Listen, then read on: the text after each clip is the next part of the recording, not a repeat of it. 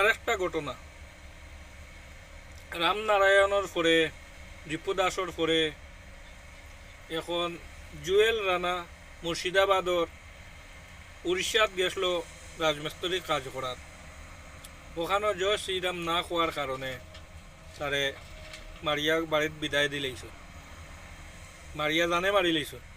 Dead body আই যে ফসে গেছে লাইফেগুর মাধ্যমে আমি দেখছি। এই যে নফরত পালাইটা তা কোনো বালা হিন্দু হইতে পারে না, কোনো বালা হিন্দু ইলা করতে না। আর বালা কোনো মুসলমানে হক মুসলমান যে আছে, প্রত্যেক যে মুসলমান আছে হে কোনোদিন ইলা করতে পারতো না। একটা মুসলমানের কোরআনও আছে, একটা মানুষ হত্যা করা আর রাস্তা দুনিয়ায় পৃথিবীর মানুষ সকল মানুষ জাতিরে যেমন হত্যা করলো, মানুষরে মারলো, বুঝছো না?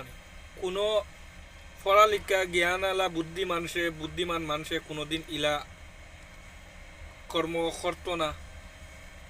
আম মানুষ যারা ধর্মের বিষয়ে কোনো কিছু জানে না, জ্ঞান নাই, হে করব।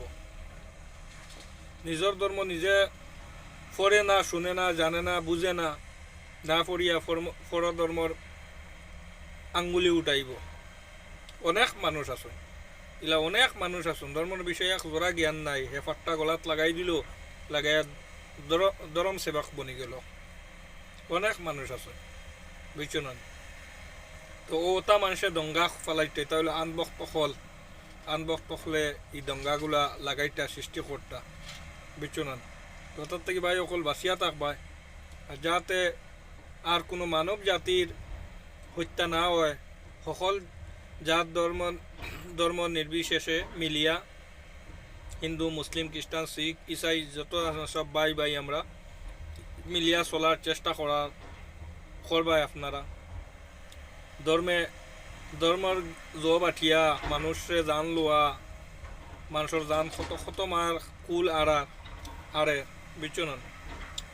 তো বেশ লম্বা ভিডিও বানাইলেও চলে না, তো বাড়তি ভিডিও বানাইয়া সারি অনেক কইবার আছে।